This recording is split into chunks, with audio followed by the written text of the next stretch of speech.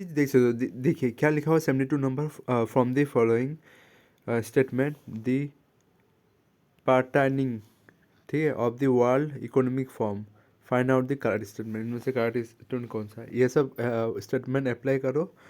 पार्टनिंग का मतलब यही होता है, ये कुछ सिचुएशन है, इसको अप्लाई करो और कौन सा इनसे संबंध में करेक्ट है वो पता करो। देखिए क्या लिखा हुआ है, world economic forum WEF is the platform under the international monetary fund. नहीं, बिल्कुल भी नहीं है। वर्ल्ड इकोनॉमिक फोरम का मेन मकसद पता है क्या है? मेन वर्ल्ड इकोनॉमिक फोरम का आपका पर्पस क्या है, गोल क्या है पता है? ब्रिंग दी टुगेदर डिसीजन मेकर जो होता है हर एक कंट्री का, उसको एक साथ बैठाओ और डिस्कस करो from the across society to work on project and initiative that make a real difference. अगर आप लोग सोच रहे कार्बन एमिशन कम करेंगे, कैसे करेंगे? आपको उधर दबा देना है, ऐसे बोलना है।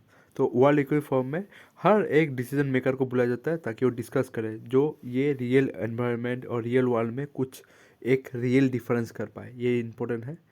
उस सब प्रोजेक्ट को इनिशिएटिव करना है जो एक रियल डिफरेंस कर पाए हम लोग का सोसाइटी के लिए, हम लोग कंट्री के लिए। तो वर्ल्ड इकोनॉमिक फोरम जो है ना, is under the international monetary fund, बिल्कुल भी नहीं है, ठीक है। Next second number, world economic forum is a independent department of world bank. ये वर्ल्ड बैंक का इंडिपेंडेंट डिपार्टमेंट है? नहीं, बिल्कुल भी नहीं है, ये अलग ही है, प्राइवेट से। World economic forum is a organization for public and private corporation. हाँ, पब्लिक भी सपोर्ट करता है, प्राइवेट भी सपोर्ट करता है इसमें, ये सही है, ठीक है। World economic forum established in 1971 as a non profit foundation and the headquarter in Geneva Switzerland में। हाँ, हर साल अगर आप लोग देखने को मिलता है ना, वर्ल्ड इकोनॉमिक फोरम का समिट कहाँ होता है? जेनेवा स्विट्जरलैंड में। तो ये सही है, 1971 में हुआ था। आपको एक पता होना चाहिए ना, आपको थोड़ा आइडिया हो सकता है। तो देखो फोर कहाँ पर है, इसमें है ना, option number C is the correct answer. दोनों करेक्ट है ये, ठीक है। नेक्स्ट क्या दिया हुआ है?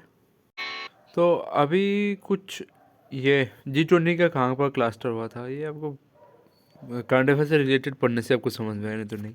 ऑस्ट्रेलिया, कनाडा, सऊदी अरब में हो रहा था, यूनाइटेड से तुर्की में हुआ था। तो ये ऑप्शन जो होगा 1 और 3 वो करेक्ट है, ठीक है। तो ऑप्शन नंबर बी देख सकते हो, ये करेक्ट है। फिर आपका नेक्स्ट नेक्स्ट देख सकते हो क्या है, ये आपका इंटरनेशनल पीस रिपोर्ट जो इंडेक्स तैयारी करता है वही है। देखो आपका ये है, consider the following statement with regard to the international peace research organization SIPRI, ठीक है। सिप्री के बारे में बोलने जा रहा है, ठीक है। तो ये जो पीस रिपोर्ट है ना, नंबर 77 देखते हो, which of the following are the statement is correct with regard to the Arunodaya scheme और गवर्नमेंट ऑफ असम, ये जो स्कीम के अंदर आता है।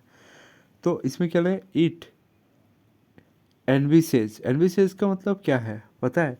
एनविसेज का मतलब वो चीज़ जो फ्यूचर में पॉसिबल हो सकता है, ठीक है, जो संभव हो सकता है फ्यूचर में, उस चीज़ के बारे में सोचना। इट एम्बिसिस दी पॉवर्टी एलिवेशन, ठीक है, एलिवेशन, ई वाला एलिवेशन नहीं है, ये एलिवेशन ALL भी है, एलिवेशन मतलब पॉवर्टी से उठाना। ये फ्यूचर में पॉवर्टी से थोड़ा उठाएगा, ठीक है। ये नेक्स्ट क्या देख रहा है, इट एनविसेज मैंने वही बोला था जो फ्यूचर में पॉसिबल है। Social economic inclusion of financial vulnerable family, जो फाइनेंशियली वनरेबल है, जिसके पास कम है, वो सब चीज़ उसका सोशल और इकोनॉमिक में एक योगदान होगा फ्यूचर में, इसको हेल्प करके। फिर थर्ड नंबर क्या होगा, it aim to generate the employment through the interim financial assistant, बिल्कुल भी नहीं, ये कभी भी वो एम्प्लॉयमेंट देने के लिए ये पैसा नहीं दिया जाता है। Fourth is it provide the minimum cash flow under privilege family, जिसके पास गरीबी है ज़्यादा, गरीबी से ज़्यादा गरीबी, तो उसको ये कैश फ्लो दिया जाता है। तो ऑप्शन कौन सा है, 1, 2 एंड 4, ठीक है, 1, 2 एंड 4 कौन सा डी में देखने को मिलता है। तो ये चीज़ आपको याद रखना है, इकोनॉमिक्स स्कीम इसे पूछा आता है। एक क्वेश्चन सॉल्व करने से पहले ये वाला आपको चीज़ याद रखना है, ठीक है। GNI क्या है, ये gross net income, national income, ठीक है। ग्रॉस नेट नहीं है, नेशनल इनकम है। और GDP तो ग्रॉस डोमेस्टिक प्रोडक्ट। और EXFS क्या है, EXFS क्या है, आपका money flowing from the foreign country, जो फॉरेन कंट्री से आया। माइनस किससे किया जा रहा है, आपका IMFS, मतलब money flow to the foreign country. देखो, एक तो है जो मनी फ्लो हो रहा है जो फॉरेन कंट्री में जा रहा है, और एक है मनी जो वापस आ रहा है फॉरेन कंट्री से। ऐसे आपका ग्रॉस नेशनल इनकम कैलकुलेट किया जाता है। तो ये चीज़ आपको याद रखना है। देखो, GDP के साथ आपका मनी जो बाहर चला गया, ठीक है, सॉरी, जो मनी बाहर चला गया और साथ में जो मनी आया वापस, उससे माइनस कर देना है।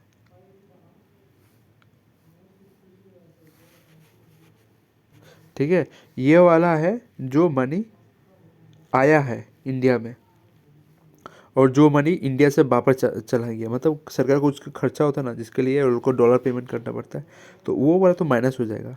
और जो वाला रह गया है डॉलर, उसको GDP के साथ प्लस कर दो, तो ये क्या आएगा, ग्रॉस नेशनल इनकम आ जाएगा। ठीक है, ग्रॉस नेशनल इनकम। सेम आप लोग दे सकते हो, क्या है, GNP का फॉर्मूला क्या है, आपका GDP के साथ प्लस कर देना जो इनकम इंडिया में आया था ओवरसीज से, मतलब फॉरेन कंट्री से आया था, और जो इनकम इंडिया से बाहर गया था फॉरेन कंट्री में, उसको माइनस करने से क्या होता है, ग्रॉस नेशनल प्रोडक्ट मिल जाता है। ठीक है, GNP और GNI, ग्रॉस नेशनल इनकम, दोनों का एक ही फॉर्मूला लग रहा है। ठीक है, और GDP के देखते कंजम्पशन प्लस इन्वेस्टमेंट कितना आया है, गवर्नमेंट ने एक्सपेंडिचर कितना किया है, एक्सपोर्ट कितना बढ़ा है, और इम्पोर्ट, इम्पोर्ट में तो सरकार का पैसा जाता है ना, तो उससे माइनस कर देना, तो वो मिल जाएगा। देखो, तीन चीज़ है, C, एक तो कंजम्पशन, और I इन्वेस्टमेंट, और क्या होता है G, उसका होता है एक्सपोर्ट, एक्सपोर्ट से इंपोर्ट माइनस कर देना। तो ये आपका क्या होता है, GDP। ठीक है, कंजम्पशन कितना हुआ, इन्वेस्टमेंट कितना आया, और जी से आ जाएगा गवर्नमेंट एक्सपेंडिचर कितना किया, और एक्सपोर्ट, एक्सपोर्ट कितना किया, एक्सपोर्ट करने से इनकम आता है ना, वही CIGE। ठीक है, CIG तो कोर्ट में एक होता है ना, CIGE। ठीक है, ऐसे याद रख सकते हो, इस सब से बना हुआ है। तो अभी जो क्वेश्चन बोलने जा रहा हूँ उसको देखो। तो क्वेश्चन क्या पूछा जा रहा है, which of the following statement is below is the correct, GNP is always greater than the GDP, ऐसा है, कभी नहीं हो सकता, क्योंकि GNP में आपका जो गवर्नमेंट एक्सपेंडिचर, गवर्नमेंट ने एक्सपेंडिचर कितना है, इन्वेस्टमेंट कितना आ गया, और फिर जगह CIGE, एक्सपोर्ट कितना किया, ये सब पकड़ा ही नहीं जाता है।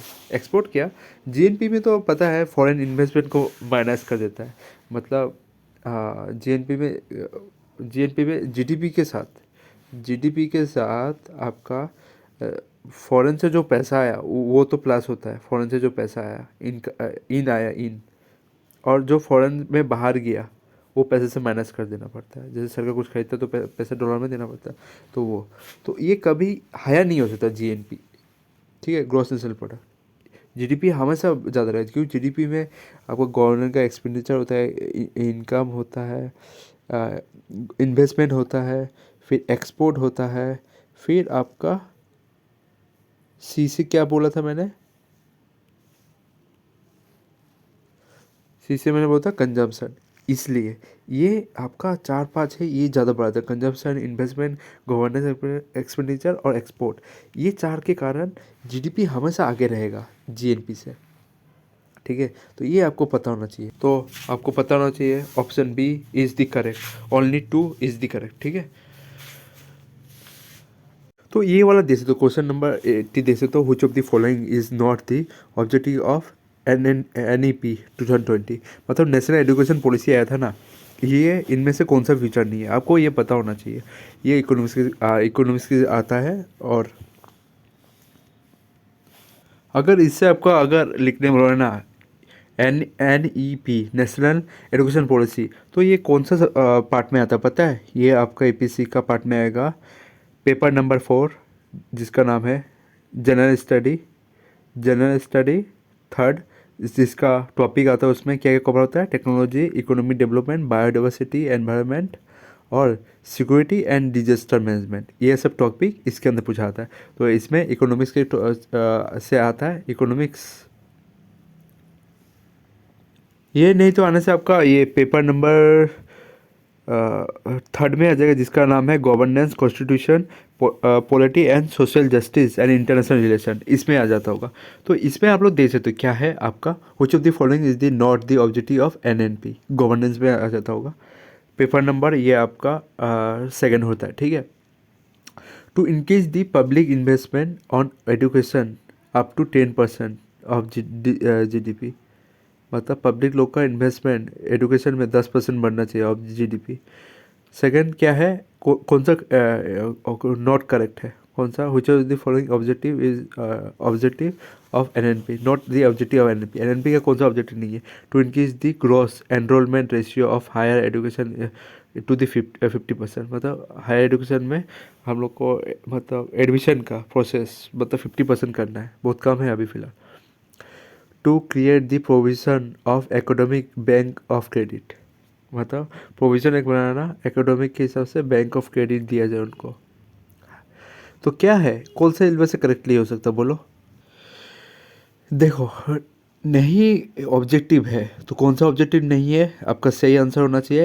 ये पहली बात है, आपका ऑब्जेक्टिव क्या है, ये वाला आपका ऑब्जेक्टिव है, to increase the gross enrollment ratio in the higher education 50% बढ़ाना है, और to create the academic provision of bank of credit, तो पैसा दिया जाए पढ़ने के लिए उनको।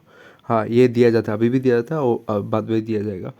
पर ये नहीं होगा कि to increase the public investment और education in 10% of the GDP, बल्कि पब्लिक लोग इन्वेस्टमेंट करते ही है पढ़ाई पे, बहुत ज़्यादा करते हैं।